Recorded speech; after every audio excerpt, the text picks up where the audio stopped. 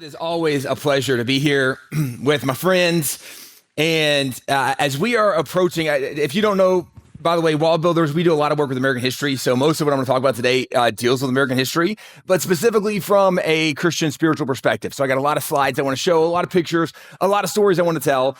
And as we get going, one of the things we do know is quickly approaching is the 250th next year. We're really celebrating 250 years since the Declaration of Independence was done. In 250 years as a nation, we've enjoyed more freedom, stability, and prosperity than any other nation in the world.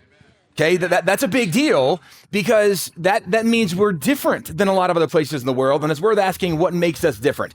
There was a group of professors who actually wanted to explore that, seeing what made America unique, and one of the questions they asked gives some really good insight, is what is the average length of a constitution in world history? And there's nearly 6,000 years of recorded human history that you can go back and look at 6,000 years of examples of how government normally functions. And this was done, if you want to look this up online later, you can. It was done by the law school at University of Chicago. These are the professors that organized and conducted this study. What they found is in the history of the world, the average length of a world constitution was 17 years.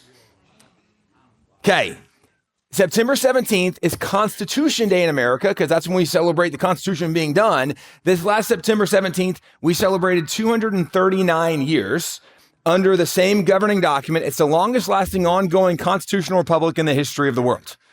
Okay, nobody has enjoyed more stability than we have in America. And actually, you can even back up that there were studies done even in previous decades. There was a professor from the University of Houston, and his question was, where did we come up with the ideas for the Constitution? Because if this has been such a successful governing document, then the things that are in it have to be different than other places. So where do they come up with the ideas that made this so unique? Now, he actually led this study, worked with other professors, worked with grad students. He started this in the 1970s, completed the project in the 1980s. And the idea was in 1987 was the 200th anniversary of the Constitution. So he wanted to have this compiled. And so his premise was, if we go back to the founding fathers, if we study their writings, if we see who they quoted in their writings, we'll track it back to the original source, we'll see where the founding fathers got the majority of their ideas, and those ideas are what influence the Constitution, and then we'll know where these ideas came from. This was their research project. Their initial idea was to go through 15,000 representative writings, starting from 1760, going through 1805, because 1760, this is where you have the build up to the Stamp Tax, the Stamp Act, you have the Boston Massacre, the Boston Tea Party, then you have the American Revolution. That we keep building. You have the Constitutional Convention, Constitution, then you have the Bill of Rights, you have the early presidents. So they want to track all of that time, 15,000 writings, and see where the majority of the quotes and the founding fathers' writings came from. Now, for those of you who weren't around back in the day, let me tell you, research used to be done differently than we do it now. Before there was the internet, you had to get a book. And actually, like for the founders' writings, if you're reading a letter from George Washington or Benjamin Franklin and you find a quote and you're like, wow, I wonder where this quote came from. Here's the way it worked. Now, if you're a professor, you had grad students, you took your team with you.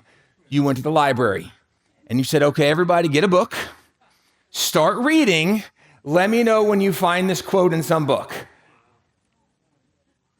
And this is what they did for 15,000 writings. Okay, now, they ended up finding 3,154 quotes, so they found a lot of things. It took them 10 years to do this project. AI could do this in 10 minutes, right? Like, it's a different world, but this is what they did, and they put their findings together in a book called The Origins of American Constitutionalism, and what they identified in this, and there's a lot of really fascinating information they compile in this, but what they identified is the number one quoted individual in that 45-year period was Charles Montesquieu. He did the spirit of the laws. He was a Christian thinker during the Enlightenment period. The second most quoted was William Blackstone. Blackstone did Blackstone's Commentaries on the Laws of England, which was a legal code. That was the basis for a lot of laws and really common law in America. The third most quoted was John Locke. And they did identify John Locke, who did the 2 treatises of government. He's the guy that came up with life, liberty, and property. Jefferson made it life, liberty, pursuit of happiness. But they said he was the most quoted during the American Revolution. And those were the top 3 quoted individuals. What's interesting is those aren't the top quoted source. The top quoted source in the founders' writings was the Bible. 34% of the things they found in quotation marks came from the Bible. But what's even more fascinating is they said that, well, they were only including what was in the quotations, but Donald Lutz, the professor who led this study, he said, had we included the obvious references to Bible, to verses, scripture references that were not in quotation marks, that number would have been far higher than 34%. In fact, it would have been far over 50%. The reason this matters is they were trying to figure out, where do the founding fathers get their ideas that influence them as they're writing the Constitution? What they discovered is it's not even close. The number one most influential thing on the founding fathers was the Bible.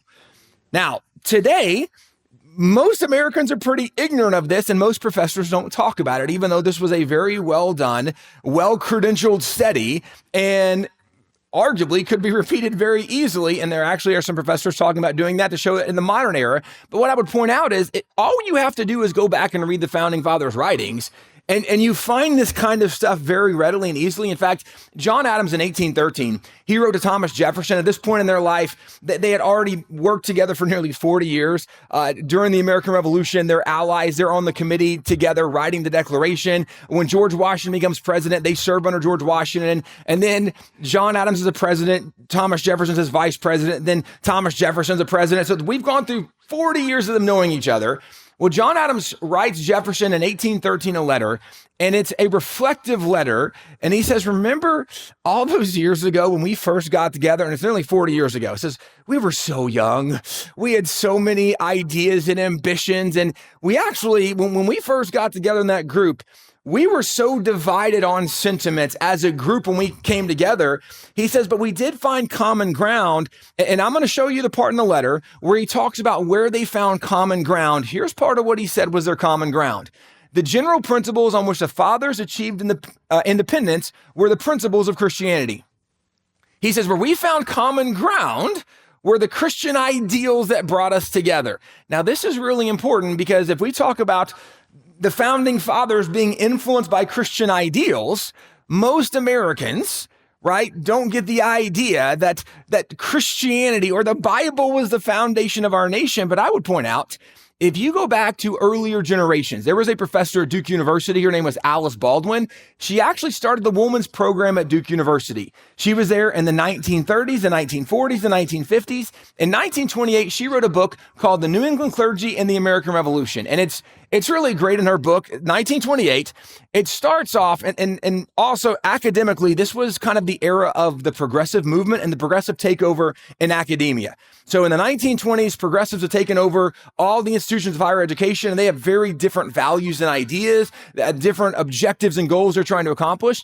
And in the beginning of her book, she says, I don't know why these modern professors are leaving out the most important parts of American history. They are. So here's what they're leaving out. Now, she's saying this in 1928, that these modern professors are leaving this out. Well, what she identified is, you can see from the title, the New England Clergy in the American Revolution, is that the pastors were the most influential voice in early America. And as she goes through laying this out, actually, you can find this book online. You can go to Google Books and you can read it online. And I say that because if you go to Google Books, and I'd encourage you to do this, go to the conclusion, the end of her book. Her conclusion is 5 pages. So that's a super easy read, those 5 pages. And what she points out in her conclusion is, if you look at the Declaration, and this is a quote, she says, there is not a single clause in the Declaration which had not been previously preached from American pulpits prior to 1763. She goes on to say, when the founding fathers first got together and they're coming up with all these suggestions, she said they didn't have a single unique idea. Instead, they repeated what they had been learning from their pastors several decades leading up to this moment. Now, that's an incredibly bold claim. It is, but here's the great part about her book. At the end of her 5-page conclusion, she has an appendix. Guess what the appendix is? It's every one of those sermons with the section of the sermon that has that clause from the declaration. Her appendix literally is the receipts showing, here's this pastor said this sermon. Recognize that phrase? Here it is in the declaration. Like, it's amazing. She recreates a declaration from the pastor's sermons with all of the clauses from the declaration in the sermons. Why does that matter?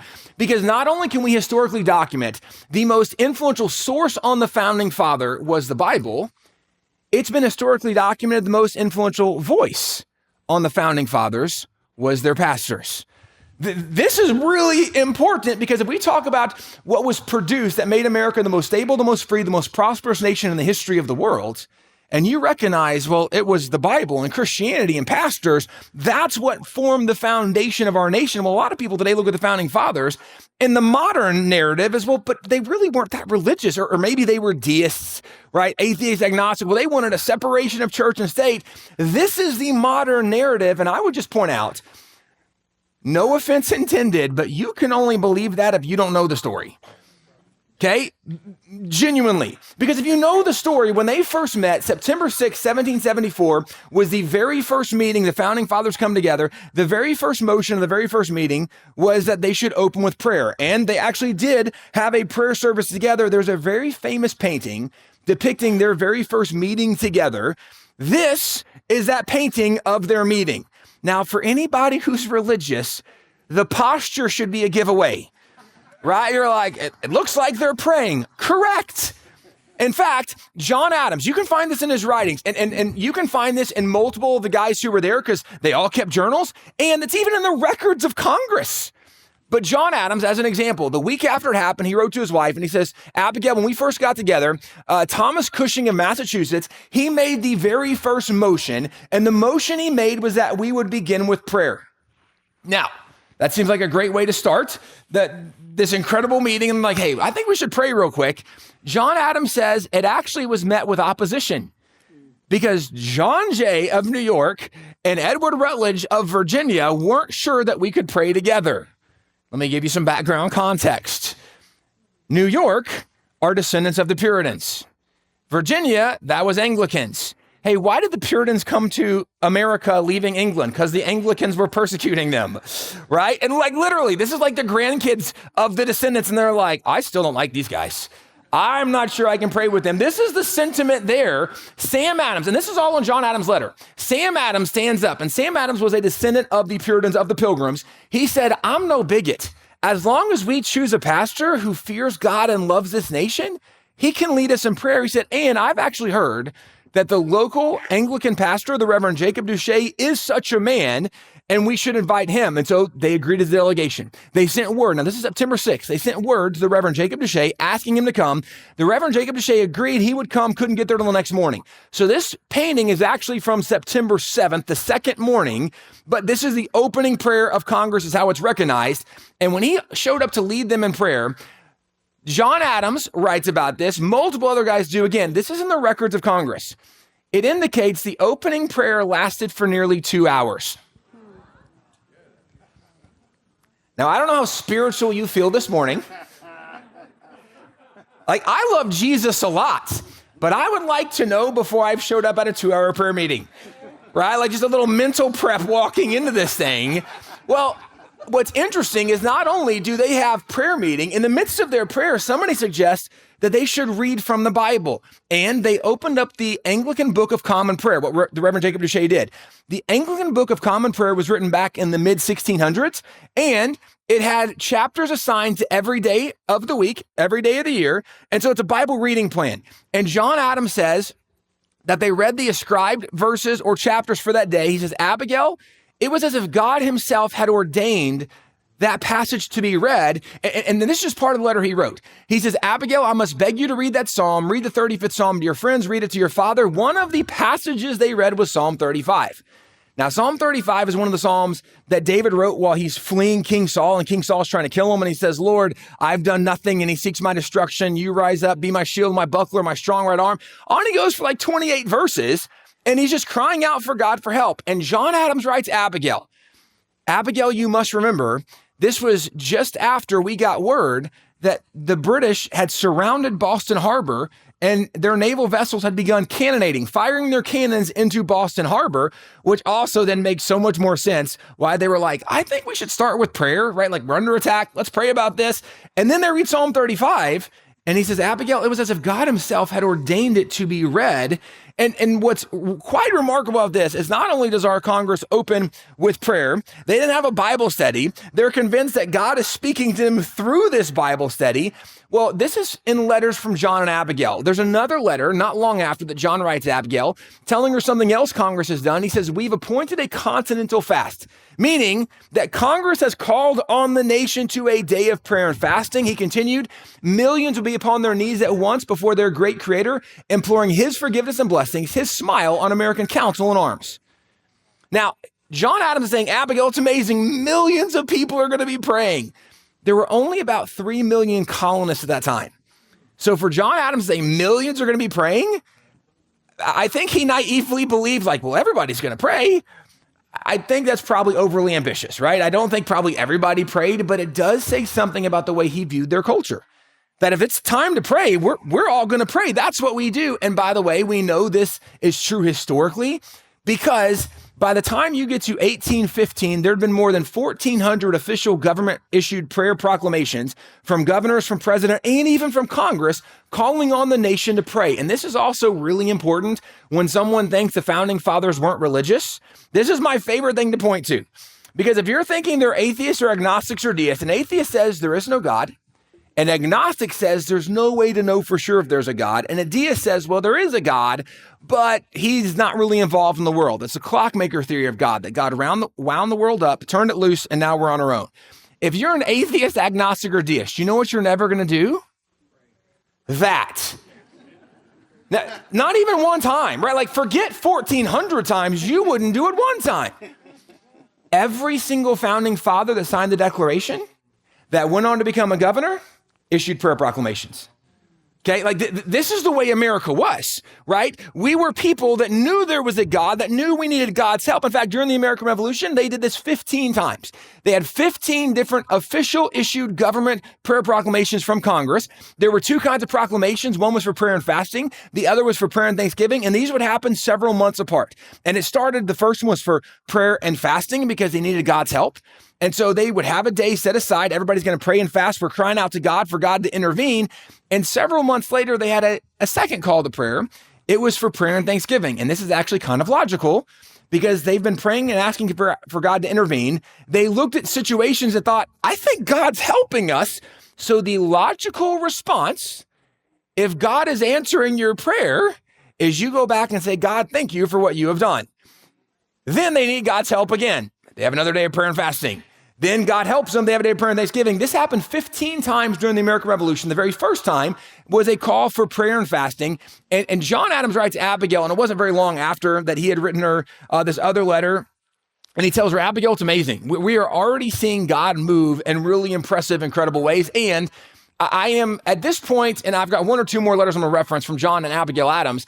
I am using their letters a lot, and partly because even though I could quote lots of different letters, I'm giving you one easy source. These are the letters of John and Abigail Adams, very noted, very credible source.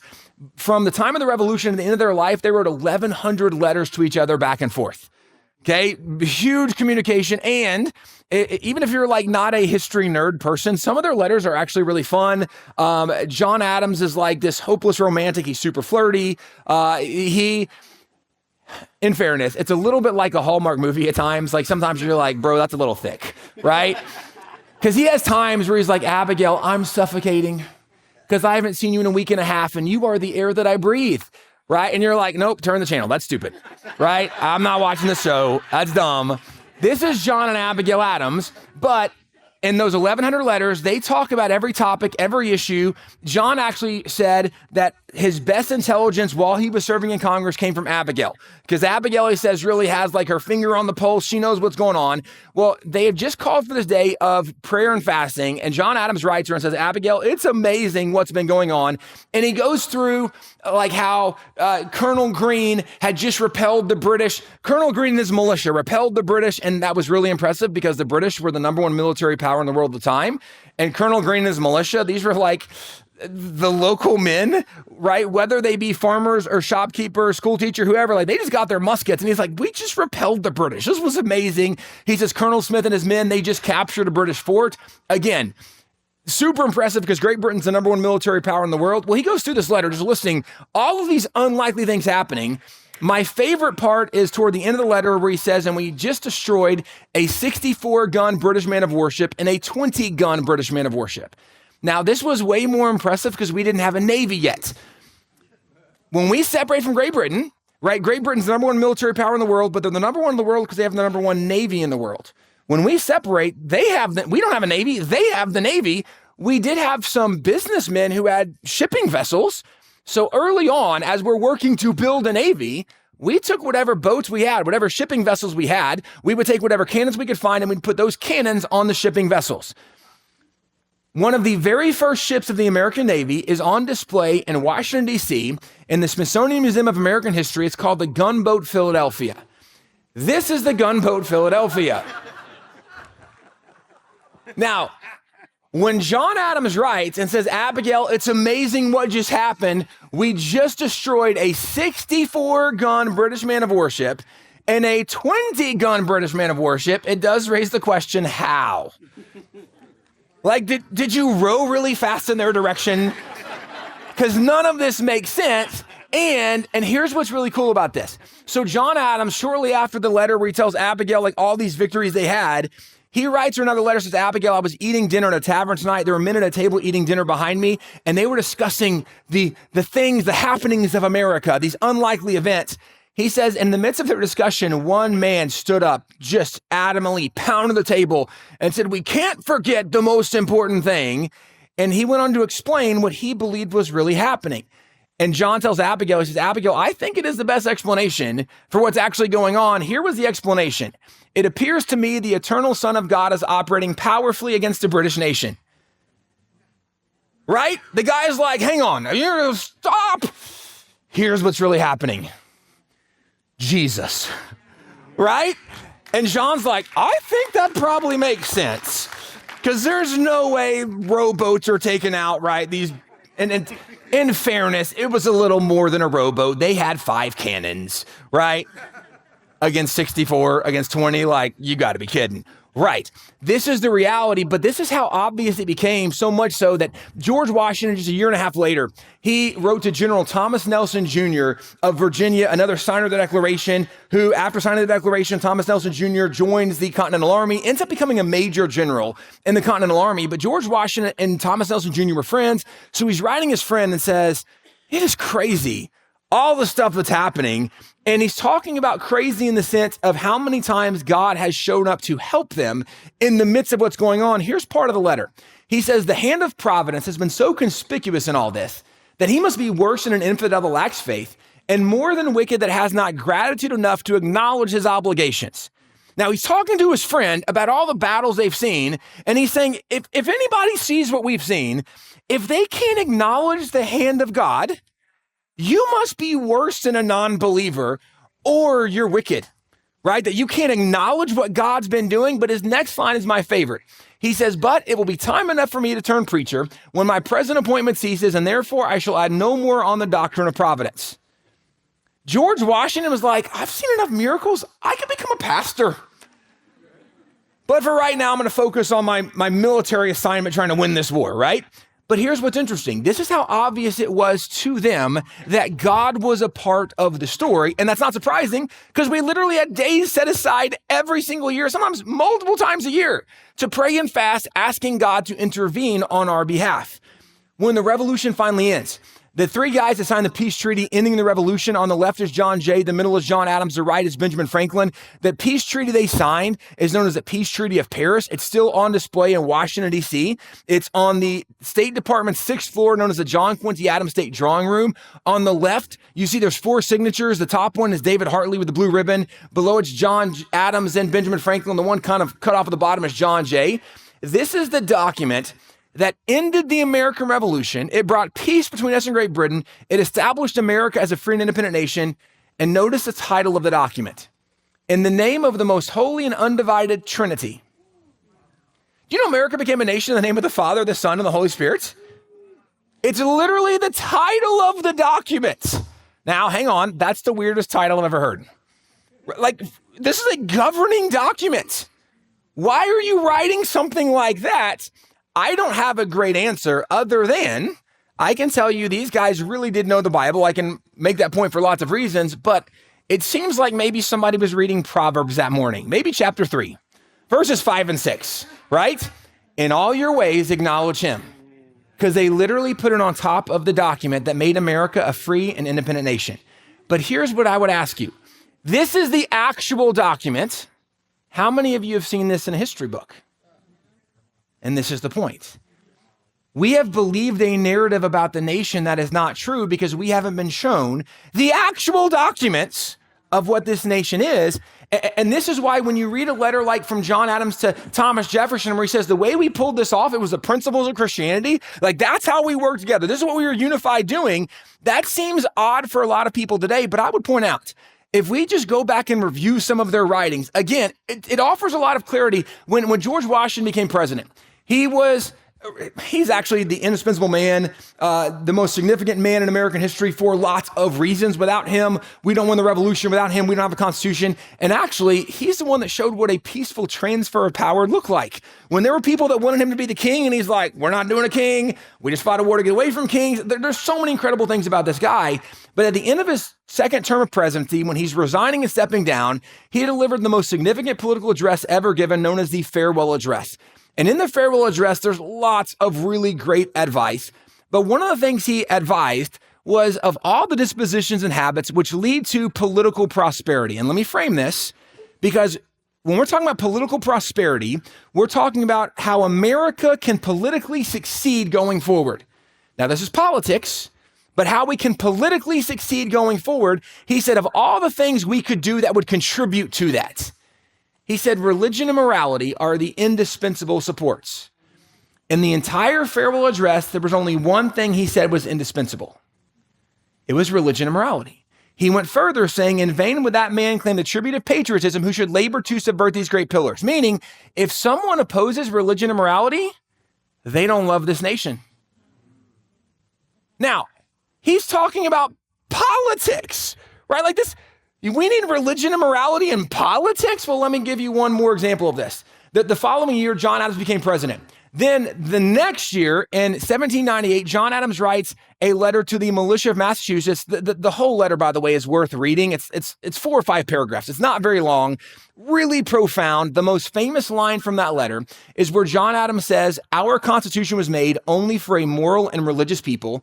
It is wholly inadequate to the government of any other. Now, he says our Constitution only works with moral and religious people. Why? Because our Constitution was built on giving freedom to people. But freedom only works if you have a moral and religious foundation. Why? Because otherwise it looks like Chicago every weekend. Right? And by the way, Chicago's not even the most dangerous. It's just one of the most publicized. Right? And we can talk about Memphis and Los Angeles and Miami. Like, we can go through the list. By the way, Dallas and San Antonio in the top 20. Like, this is what happens if you don't have a moral foundation, because when you have freedom to immoral people, what they do is immoral things. And this is why the founding fathers said you have to have religion and morality. Now, again, for many people, they look at the founding fathers and they feel like this is antithetical to the founding fathers, that we need religion or maybe even Christianity or the Bible in government. It only seems antithetical based on what we've been taught, not based on what they wrote. Because if you actually go back and read what they wrote, in fact, even if you read earlier historians, if you didn't just read the modern academic works, I would point out guys like back in the mid-19th century, Stephen Caldwell was a historian. He wrote a book before the Civil War. Okay, so this is like 1850s. He writes a book. And one of the things he was dealing with was the founding fathers and the influence of Christianity on the founding fathers. I'm going to read you just one paragraph. Here's what he wrote in his book. It was in the spirit of true Christianity that the hospitality and blessings of the United States were offered to all the world. All were invited to enjoy it. The Christian men of that day intended that the nation should continue to be a Christian nation. They did not place Christianity beneath nor over their political institutions. Rather, it was to be the atmosphere which they breathed to administer them.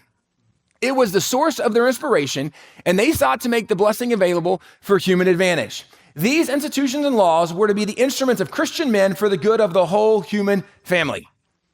Now, I'd encourage you to go read the whole book because the whole book gives these kind of details. But notice what he's pointing out is that these were Christian men influenced by Christianity trying to set up something Christian in what they did. But one of the lines he said is that Christianity was the atmosphere which they breathed to administer this document, meaning that as they're writing it, they're breathing the air of Christianity. That's the influence that's guiding them.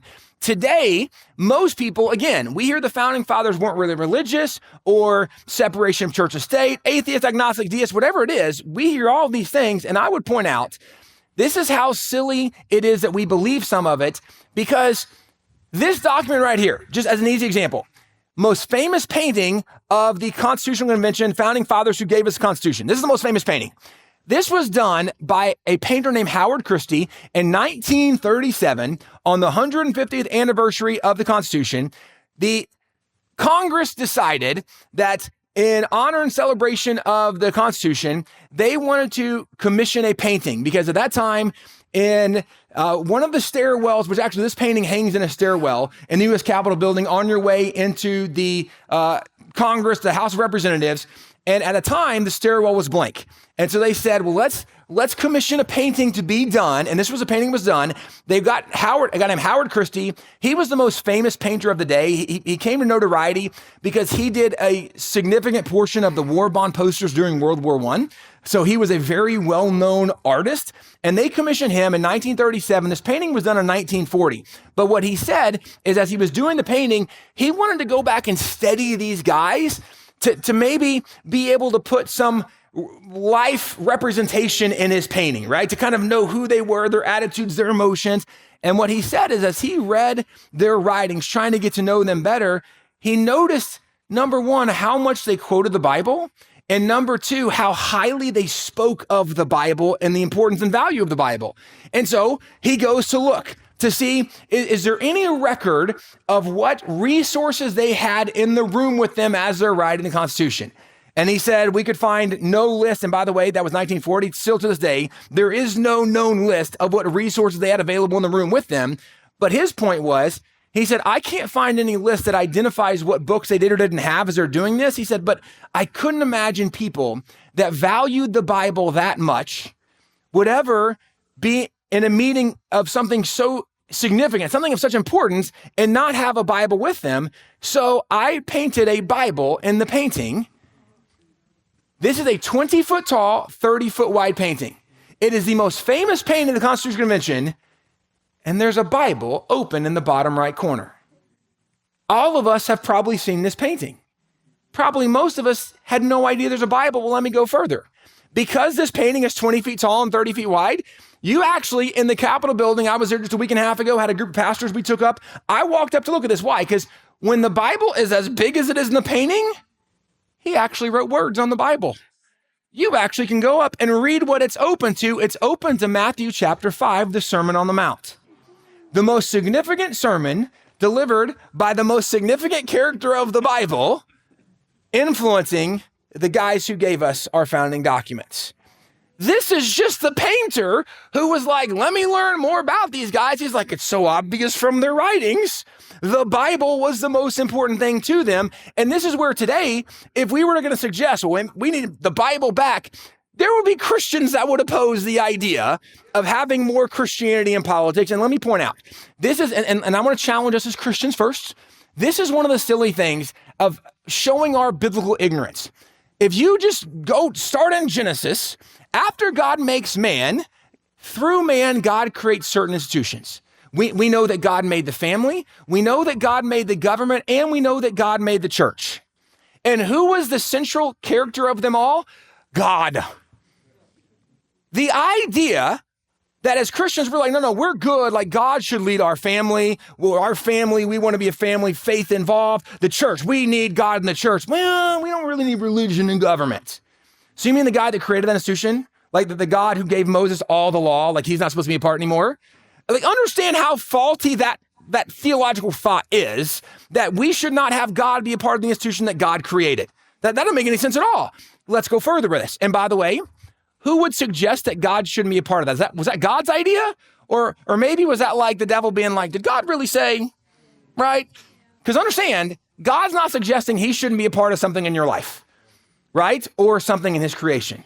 that this is not a God idea that we're removing God from government, but let me go further, because one of the arguments is people say, now, wait a second, we don't want to start legislating morality. In the list of dumb things that Christians say, this is pretty high up on the list. Okay, why? Because if you look at legislation, what is legislation? Every single law saying we should do something, we shouldn't do something. It's based on what someone thought was right or wrong.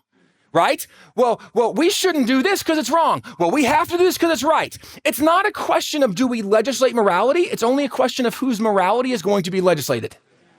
Right? And if we're saying as Christians, well, we shouldn't be a part, okay, cool, then whose morality is getting legislated? Right? People that don't know what a boy and girl is, can't define what a woman is, right? Don't understand gender, like literally. This is true, real life right now because Christians have decided, nope, God's not supposed to be part of government. This is one of the dumbest things that has happened in our culture, and it happens because Christians have not understood basic Bible. Okay, let me give you another thought with America. See, when America was founded, when you go back to the early colonies, and I'm going to choose one example, which is like, this is like the lowest hanging fruit. This is the super, super easy example, but I could do this for virtually every one of the early colonies. When the early colonies were founded, when the Puritans, for example, come to America, the Puritans are led by John Winthrop. This is 10 years after the Pilgrims. When he comes in 1630, there's 1,000 Puritans that come with them. It's known as a Great Puritan Migration. When they come to America, as they're coming, before they leave and get on the ships to come, he delivers to them a sermon. It was known as a model of Christian charity. And 1,000 people heard this. It was written down. This even got printed and distributed at times. That everybody who joined the colony, they made sure, hey, if you're coming with us, if you're on team us, this is what we're doing. And I would encourage you to read the whole thing. I've only chosen one small paragraph toward the end, but this was part of his challenge at the end of the sermon about building a new colony in America. He said, for we must consider that we shall be a city upon a hill. The eyes of all people are upon us, so that if we shall deal faulty with our God in this work we have undertaken, and so cause him to withdraw his present help from us, we shall be made a story and a byword through the world. Now, what he told them in this whole sermon he gave is, as we are going to the new world, we have the opportunity to show the rest of the world what it looks like to do it God's way. We can set up a Christian community doing it God's way, and everybody can look. This is where he gets the idea. We can be a city on a hill that everybody looks and goes, okay, that's different, but look how well it's working. He says, if we do it God's way, we will enjoy the blessing. But if we don't, we're going to go under judgment, and we're going to become a reproach and a byword. Again, I would encourage you to read the whole thing, but what he made very clear is, and this is, by the way, true for every one of the early colonies, they were establishing a covenant with God. That part of what we are doing, this is a covenant. We're going to do it God's way. And by the way, God's way in what government? The government they were instituting. We're going to set this up God's way. And not to be confused, this is like setting up your HOA, right? Like, hey, in our HOA, here's the way we do things. You don't want to do it this way, you go live in somebody else's HOA. But here, that's what the early colonies were. They were establishing their boundaries. And to be clear about this, historians well document and agree that the early colonies were set up as covenants. Why does that matter? Because when you jump forward to the founding fathers knew this story very well. Why? Because for many of them, that was their grandparents. That was their great-grandparents. They knew the story. They knew how this was established. And this is part of what they were building on as they're even being influenced by the Bible and Christianity. Let me give you one super easy example. John Quincy Adams, who was a son of John Adams, grew up in the middle of the Revolution, one of the most noted guys from the founding era. 63 years after the Declaration was done, he's now an old man. He's asked to go to the state of Connecticut to deliver a message on 4th of July anniversary. And this is part of what he says why he is there. He starts off asking some rhetorical questions and then draws connections for them. He says, why is it that next to the birthday of the Savior of the world, your most joyous and most venerated festival returns on this day? Now he's talking to a Christian audience and says, why, after Christmas is the 4th of July, your like most important or favorite holiday? And already, like, just to be clear, if I was getting to vote, I'd be like, well, Resurrection Sunday is pretty important. Let's have that one on the list too, right? There's a few others we should put on this list, but his point was, right, why? Christmas is your number one, but 4th of July, number two. He continues, is it not that in the chain of human events, the birthday of the nation is indissolubly linked with the birthday of the Savior, that it forms a leading event in the progress of the gospel dispensation? Is it not the Declaration of Independence first organized the social compact on the foundations of the Redeemer's mission upon the earth, that it laid the cornerstone of human government upon the first precepts of Christianity? He said, the reason it's so important to you what's happening 4th of July, we celebrate in America, is because you recognize the connection of Christianity with the birth of this nation. Today, a lot of people don't see the connection, but here's what I would point out. If you go back and read from the founding fathers, early documents, et cetera, what was there, it was so clear in their writings that what they were doing, not only were they influenced by Christianity and the Bible, what they were doing was working to build and establish something that was very different. In fact, one of the things they knew very well was what the Bible tells us, Psalms 127:1, unless the Lord builds the house, they labor in vain that build it. They understood this very well. We were not trying to do something in our own capacity, which, by the way, as we're looking at the nation now, I would give you a couple of thoughts. Number one, I think it's unquestionable there's a revival happening in this nation on college campuses and elsewhere. God is on the move in incredible ways. That's really encouraging. But understand, with God being on the move, in American history, we've had a lot of revivals. We've only had a couple awakenings. The Great Awakening shifted the culture. Revivals, people fell in love with Jesus, but what was the difference between awakenings and revivals? In the awakenings, people were taught how to live like Jesus and apply the Bible to every area of life, including government. In the revivals, there's a lot of revivals, and I don't have time to get into all of them. Let me give you a super easy example. The Jesus Revolution, right? 1960s and 70s, some of you were alive, enjoyed, like, man, what God did, incredible, cool. Also in the 1960s and 70s was the sexual revolution. Did the Jesus Revolution slow down the sexual revolution? Nope. In fact, the sexual revolution is what led us to currently the gender and transgender revolution. Like that's the foundation. Why? Because people fell in love with Jesus, but we didn't become disciples going into all the areas in all three institutions. And this is what I would encourage and challenge is, as we look even at where we are as a nation, the Bible tells us in Proverbs 14:34, righteousness exalts a nation. Well, if Christians don't get involved, there is no option for righteousness. No heathen will ever promote righteousness, which means your nation will never be great. We had a president saying, let's make America great again. You can't make her great again if you don't know what makes her great in the first place. And it's the Bible that makes you great in the first place. And here's where I want to finish with the encouragement and challenge for us as believers. I think we have an incredible opportunity like never before. This is the best time ever to be a Christian in America because everybody knows they're being lied to. Everybody's frustrated and everybody's looking for truth. Right? This is perfect. Right? I've been waiting for this moment. And so I want to encourage you, our name Wall Builders, we took from the Bible story of Nehemiah. And what Nehemiah told the people at that time, he says, come, let us rebuild, that we will no longer be a disgrace. He said, man, our nation has been torn down. It's been destroyed. It's been decimated. We can rebuild something here, but our nation cannot be rebuilt by people that don't know what made it great in the first place. It has to be by Christians who know the word of God, who know how to apply the word of God. And by the way, don't be confused by this Christian nationalist thing. Every nation is governed by a moral philosophy. There's no greater moral philosopher than Jesus. So if you're suggesting anything other than Jesus, you're wrong, right? Like it's not going to work. The founding fathers were not Christian nationalists, but they were Bible believers who promoted biblical morality. And that's what made us the most free, stable, prosperous nation in the history of the world. What we need to do as believers is say, all right, let's go back, let's roll up our sleeves, and let's rebuild this thing built on the principles of Christianity. God bless you guys. Pastor.